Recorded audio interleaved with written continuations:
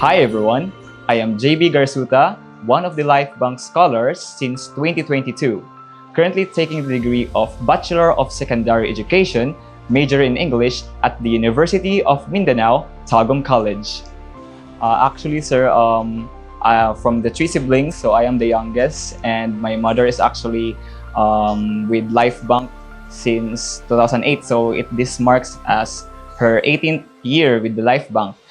So I was able to know about Lifebank scholarship with my mother's, and I was like really thrilled to know that because, of course, coming from a family with a lot of hardships, especially when it comes to the financial aspect, I really did my best to study before the examination.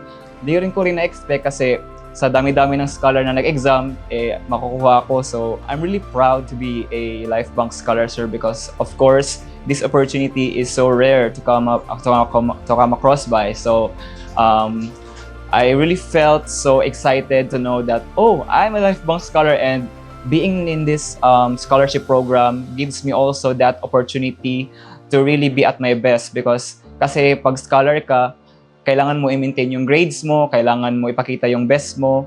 Without Lifebank, for sure, that would be a great hassle for me to navigate. So, ito nga ako ngayon, nasa Lifebank Foundation as a scholar. So, nakikita ko na yung sarili ko, mas brighter na yung future. Kaya, napaka-happy ko talaga. Being a scholar sa Lifebank Foundation po, sir, I really receive a lot of help from this scholarship foundation of Lifebank. So, hindi naging burden sa parents ko yung pagbabayad ng tuition, yung sa mga miscellaneous fees kasi nandyan si Lifebank. Nandyan yung suporta ng Lifebank. So, Lifebank made that really easy for me to navigate the college life.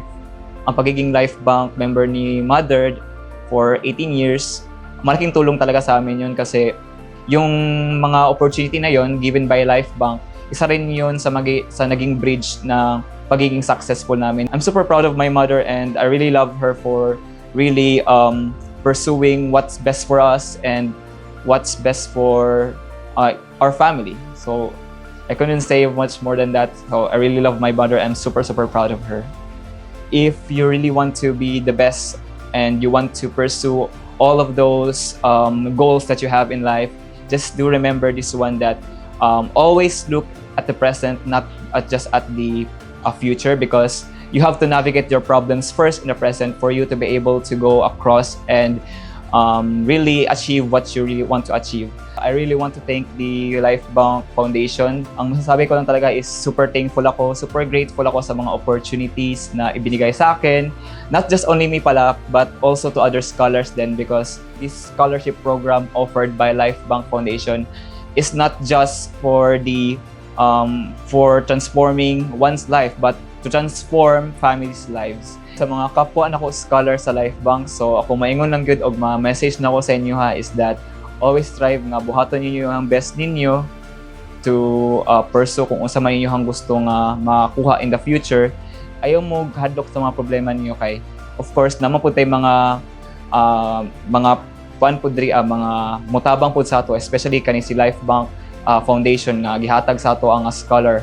Just look at the past, makita po ninyo kung unsa na kalayo inyo naabtan na. So, unta as a scholar, i-keep in mind po nato ato ang mga responsibilities and by doing that, ipakita po nato ato ang best. Again, I am JB Garsuta, a proud Lifebank scholar.